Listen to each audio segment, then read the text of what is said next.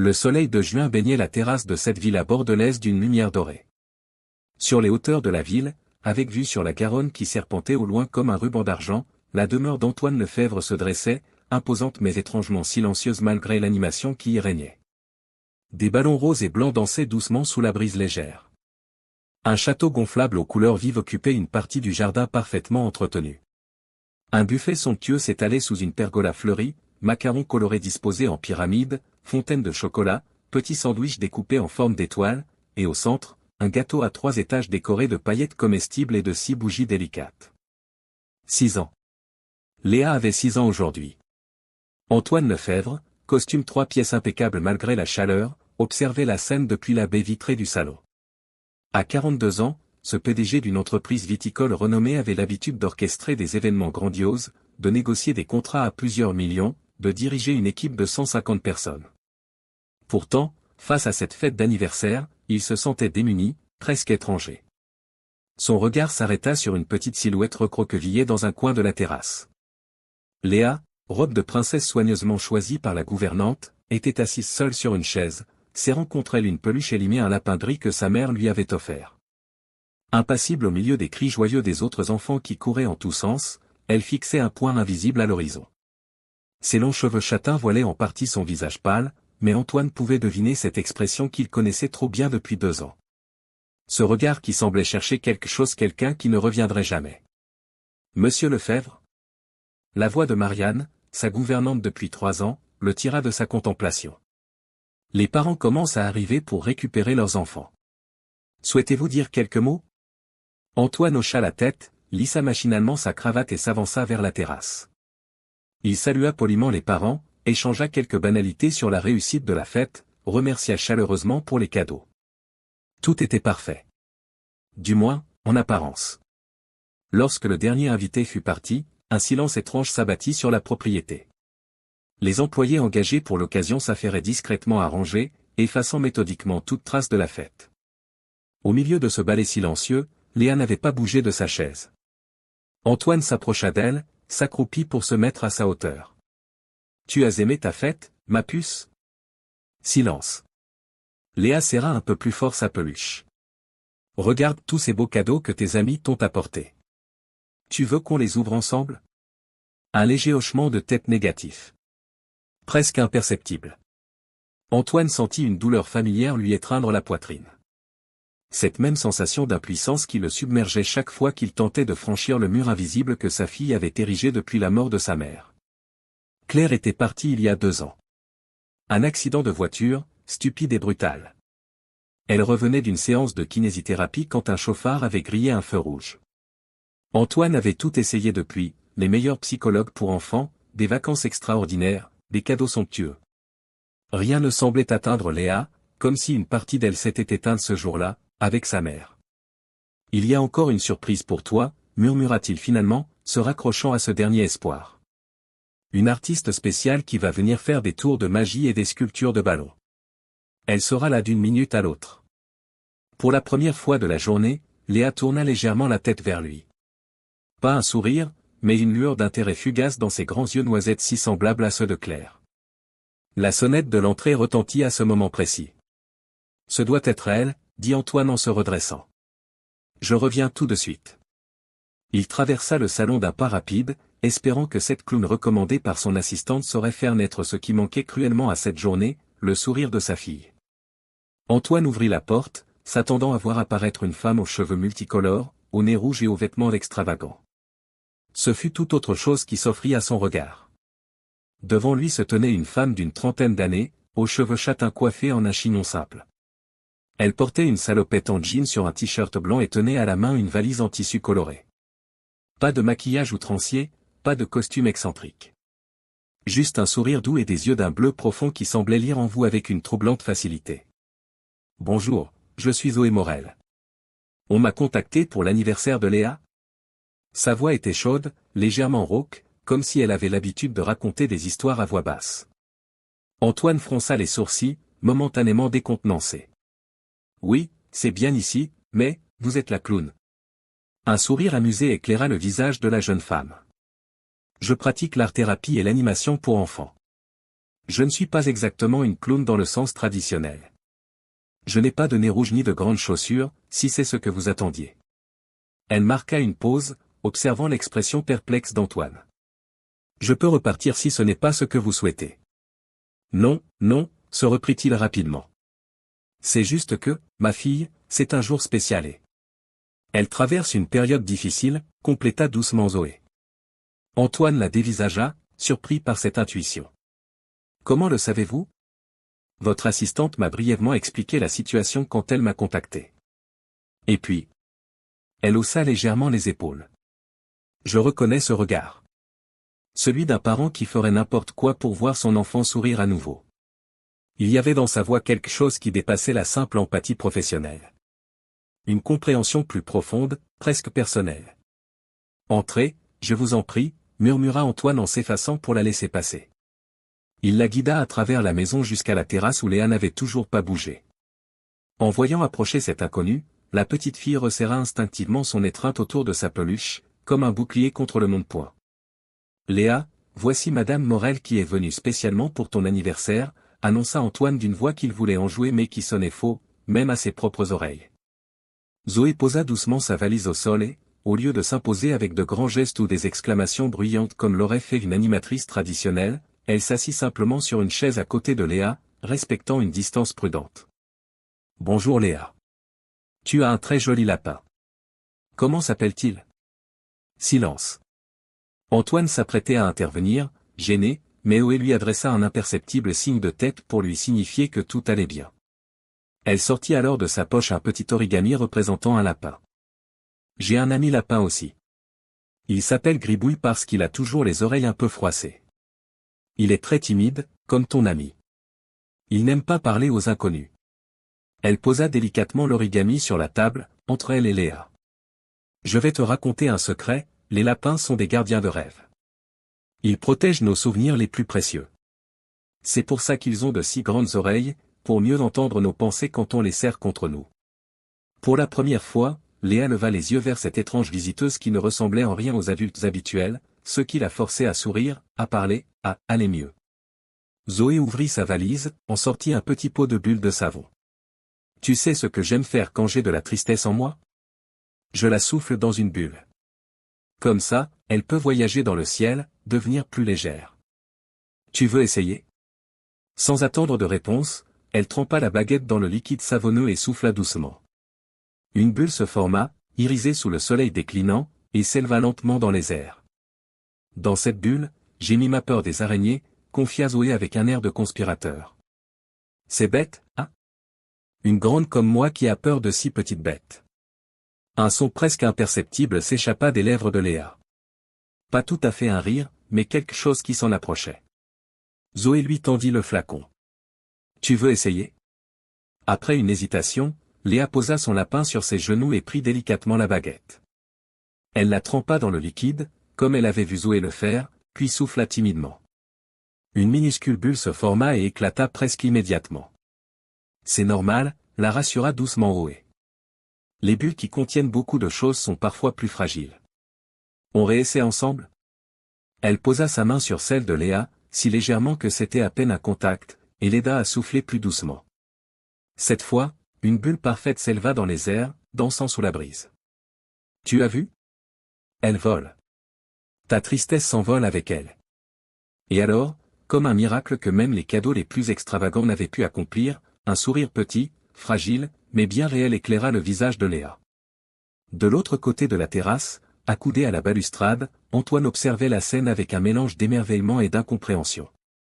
Cette femme, en quelques minutes et avec presque rien, venait d'obtenir ce qu'il cherchait désespérément à faire naître depuis de longues années. Pendant plus d'une heure, Zoé resta auprès de Léa, sans jamais la forcer à parler ou à participer.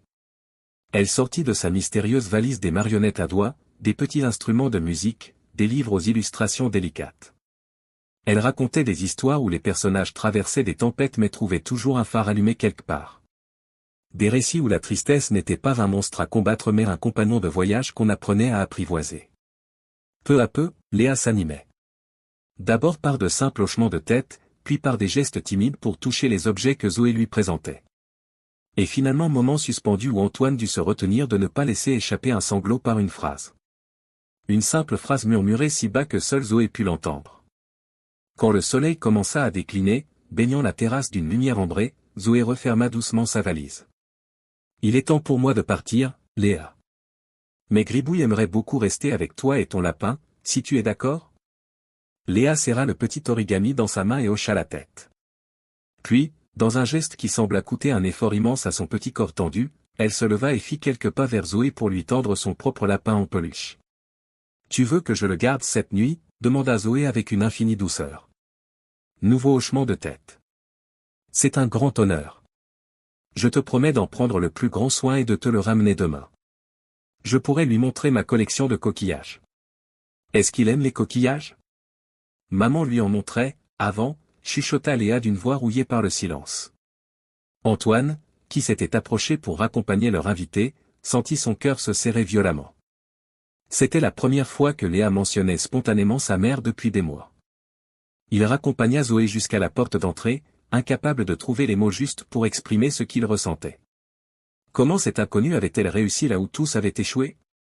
Je vous ramènerai sa peluche demain, comme promis, dit Zoé en ajustant la bandoulière de son sac sur son épaule. Vers quelle heure serait-ce convenable? À n'importe quelle heure, répondit Antoine, la voix légèrement rauque d'émotion. Nous vous attendrons. Zoé hocha la tête avec un sourire bienveillant et s'éloigna dans l'allée baignée par la lumière dorée du couchant. Antoine resta un long moment sur le seuil, regardant cette silhouette disparaître, comme s'il craignait qu'avec elle ne s'évapore aussi la magie de cet après-midi. Le lendemain matin, la Villa Lefebvre avait retrouvé son atmosphère habituelle. Silence feutré, gestes précis, efficacité discrète. Dans la salle à manger aux larges baies vitrées, le petit déjeuner se déroulait selon un rituel immuable. Juliette, la jeune épouse qu'Antoine avait rencontrée 6 mois après le décès de Claire, présidait la table avec une élégance étudiée. Ancienne mannequin devenue influenceuse lifestyle, elles vivaient leur vie comme un magazine parfaitement mis en page, où chaque détail devait être esthétique, instagrammable. Léa, assise en face d'elle, contemplait son bol de céréales sans y toucher. Entre elles, malgré les efforts d'Antoine pour créer une famille recomposée harmonieuse, s'étendait un gouffre que les sourires de façade ne parvenaient pas à combler. « Tu devrais manger, Léa », suggéra Juliette sans lever les yeux de son téléphone où elle vérifiait ses notifications. « Ton père a demandé à Marianne de préparer tes céréales préférées. » La petite fille ne réagit pas, le regard perdu vers l'extérieur. Antoine, qui entrait dans la pièce à cet instant, sentit une vague de découragement l'envahir. La magie de la veille semblait s'être totalement dissipée. Était-ce une illusion? Un moment de grâce éphémère qui ne reviendrait plus? Bonjour mes 2 princesses, lança-t-il avec un enthousiasme forcé. Juliette lui adressa un sourire distrait tandis que Léa restait immobile. Il s'approcha de sa fille et déposa un baiser sur le sommet de sa tête. « Tu as bien dormi, ma puce ?» La petite haussa imperceptiblement les épaules. Antoine s'assit, se servit un café. Le silence s'étirait, seulement ponctué par le tintement discret des couverts et le tapotement régulier des doigts de Juliette sur l'écran de son téléphone. La dame d'hier va revenir aujourd'hui, murmura soudain Léa, si bas qu'Antoine faillit ne pas l'entendre. Il se figea, tasse à mi-chemin de ses lèvres. C'était la première fois depuis des mois que Léa initiait une conversation. Oui, elle doit te rapporter ton lapin, répondit-il doucement. Cette clown, intervint Juliette en relevant la tête, sourcils délicatement arqués. Je l'ai croisée hier en partant pour mon shooting. Elle n'avait même pas de costume. Plutôt étrange comme animation d'anniversaire, non? Antoine perçut la critique voilée dans sa remarque. Depuis le début, Juliette avait eu sa propre vision de ce que devrait être la fête d'anniversaire de Léa, un événement digne d'être partagé sur ses réseaux sociaux, avec un thème tendance et des prestations spectaculaires. La simplicité de Zoé détonnait dans cet univers calibré pour l'image. Elle reviendra après le déjeuner, dit-il simplement à Léa, ignorant délibérément la remarque de sa femme. Un éclair furtif traversa le regard de l'enfant, quelque chose qui ressemblait à de l'anticipation. Puis elle baissa à nouveau les yeux vers son bol, mais cette fois, elle prit sa cuillère et commença à manger lentement. Ce geste anodin serra la gorge d'Antoine. Pour la première fois depuis longtemps, sa fille semblait avoir une raison d'avancer dans la journée. Quand la sonnette retentit en début d'après-midi, ce fut Léa qui réagit la première, se levant d'un bond du canapé où elle feuilletait distraitement un livre. Antoine, qui travaillait dans son bureau, l'entendit traverser le salon en courant un son qu'il n'avait pas entendu dans cette maison depuis une éternité. Il se leva précipitamment et rejoignit sa fille à la porte d'entrée. Zoé se tenait sur le seuil, vêtue cette fois d'une robe simple couleur lavande. Dans ses mains, le lapin en peluche gris portait autour du cou un petit collier fait de minuscules coquillages. « Bonjour Léa », dit-elle avec ce même sourire doux qui semblait irradier de l'intérieur. « Ton ami a passé une très belle nuit. Il m'a raconté qu'il aimait beaucoup écouter le bruit des vagues dans les coquillages, alors nous en avons ramassé quelques-uns ce matin sur la plage. » Léa tendit les bras pour récupérer sa peluche, l'examinant avec attention comme pour s'assurer qu'elle était bien intacte. Puis, avec un sérieux désarmant, elle leva les yeux vers Zoé. « Il t'a parlé de maman ?» La question, si directe, si chargée d'émotions contenues, figea Antoine sur place. Zoé s'accroupit pour se mettre à hauteur de l'enfant, son visage reflétant une compassion infinie. « Oui, Léa. Il m'a dit que ta maman lui avait appris à reconnaître le son de la mer dans les coquillages, et que maintenant, quand tu les écoutes, c'est un peu comme si tu entendais sa voix qui te parle tout doucement. » Les yeux de la petite fille s'emplirent de larmes, mais pas de ce chagrin lourd et opaque qui l'habitait depuis si longtemps. C'étaient des larmes claires, presque apaisées. « Tu veux bien rester un peu ?» demanda-t-elle d'une petite voix. Antoine, témoin silencieux de cet échange, sentit quelque chose se dénouer en lui. Une permission tacite venait d'être accordée, un passage s'ouvrait. « Si ton papa est d'accord, » répondit Zoé en tournant son regard vers lui. « Bien sûr », s'empressa-t-il d'acquiescer. « Vous êtes la bienvenue aussi longtemps que vous le souhaitez. » Les heures qui suivirent eurent quelque chose d'irréel, comme si le temps s'était suspendu dans une bulle fragile et précieuse. Zoé et Léa s'installèrent dans le jardin, sous un grand tilleul. Elles parlèrent à voix basse, fabriquèrent d'autres origamis, écoutèrent les coquillages. Parfois, Antoine entendait le rire cristallin de sa fille s'élever dans l'air, un son qu'il avait presque oublié. Le soir venu, alors que Léa était montée se coucher, serrant contre elle son lapin paré de coquillages, Antoine invita Zoé à prendre un verre sur la terrasse. La nuit était douce, le ciel piquetait d'étoiles. « Je ne sais pas comment vous remercier, » dit-il en lui tendant un verre de vin. « Ce que vous avez fait pour Léa, c'est... » « J'ai simplement créé un espace où elle pouvait être exactement ce qu'elle est, » répondit Zoé en acceptant le verre. Avec sa tristesse, sa colère, son amour pour sa mère. Sans jugement. Sans attente. Antoine médita ces paroles, réalisant soudain avec une clarté douloureuse tout ce qu'il avait tenté d'étouffer chez sa fille par peur de sa propre souffrance. Sa nouvelle vie avec Juliette, cette maison différente de celle où il vivait avec Claire, cette façade de normalité qu'il s'efforçait de maintenir. Tout cela avait peut-être contribué à enfermer Léa dans son silence. « Comment avez-vous fait ?» demanda-t-il finalement, la voix rauque d'émotion contenue. « Elle vous a regardé. Elle vous a parlé. Moi, elle ne me voit plus depuis si longtemps. » Zoé contempla les lumières de la ville en contrebas avant de répondre. « Vous allez peut-être trouver ça étrange mais, je ne suis pas vraiment clown, monsieur Lefebvre. » Je m'en doutais un peu, sourit-il faiblement. « Je suis thérapeute pour enfants. Ou plutôt, je l'étais. J'ai exercé pendant 8 ans à Paris, principalement auprès d'enfants confrontés au deuil ou à des traumatismes. » Elle prit une gorgée de vin, semblant chercher ses mots. « Il y a 1 an, j'ai tout quitté. J'avais besoin d'air. Je suis venu m'installer ici, à Bordeaux. Je donne quelques cours de théâtre d'improvisation, j'anime parfois des ateliers dans des écoles. Votre assistante m'a trouvé par le bouche à oreille. Elle cherchait quelqu'un de « différent » pour l'anniversaire de Léa. » Antoine l'observait attentivement, percevant les non-dits qui flottaient entre ses phrases. « Qu'est-ce qui vous a fait quitter Paris ?»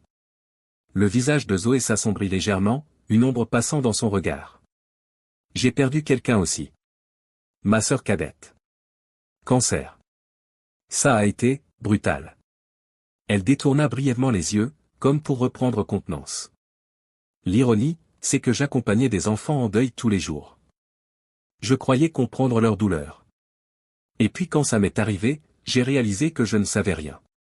Absolument rien. » Un silence empathique s'installa entre eux, comme une reconnaissance mutuelle de cette expérience partagée qu'est la perte d'un être cher, cette déchirure qui sépare la vie en un « avant » et un « après » irréconciliable.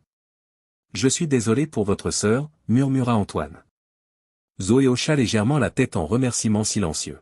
« C'est pour ça que vous avez su comment parler à Léa » comprit-il soudain. Vous connaissez ce chemin. Peut-être, admit-elle doucement. Mais chaque deuil est unique. Léa n'a pas besoin d'une experte ou d'une thérapeute. Elle a besoin d'espace pour ressentir ce qu'elle ressent. Et d'adultes capables de supporter sa douleur sans essayer de la faire disparaître à tout prix. Ces derniers mots frappèrent Antoine comme une révélation. N'était-ce pas exactement ce qu'il avait tenté de faire? Effacer les traces de la souffrance, reconstruire rapidement une façade de bonheur, de normalité. Juliette, cette nouvelle maison, s'est faite somptueuse. Des tentatives désespérées de combler un vide qui demandait simplement à être reconnu. Je ne sais pas comment faire, confessa-t-il dans un souffle. Comment l'aider à traverser ça quand moi-même je... Il laissa sa phrase en suspens, incapable de mettre des mots sur cette tempête intérieure qu'il contenait depuis 2 ans. Vous pourriez commencer par lui parler de sa mère, suggéra doucement Zoé. Pas comme d'un souvenir douloureux qu'il faut éviter, mais comme d'une personne réelle qui a existé, qui a aimé, qui continue d'exister à travers vos souvenirs partagés. Les enfants ont besoin de maintenir ce lien, même transformé par l'absence. Antoine ferma brièvement les yeux, assailli par des images de Claire qu'il s'était efforcé d'enfouir, son rire quand il dansait dans la cuisine, sa façon de tordre une mèche de cheveux quand elle lisait, la berceuse qu'elle chantait à Léa chaque soir.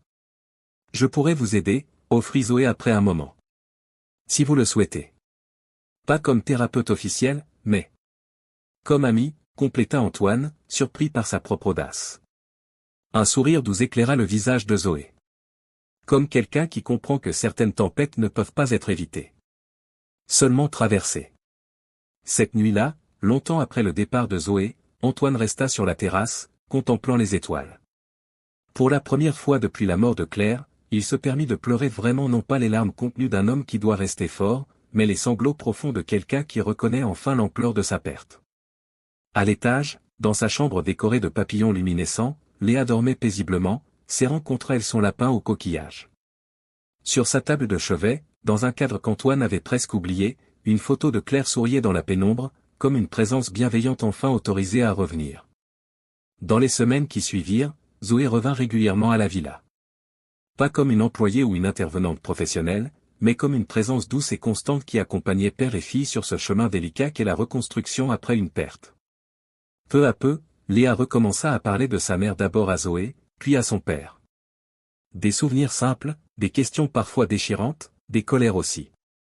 Antoine apprit à l'écouter sans chercher immédiatement à consoler ou à résoudre, simplement en étant là, en témoin de sa douleur comme de ses moments de joie retrouvés.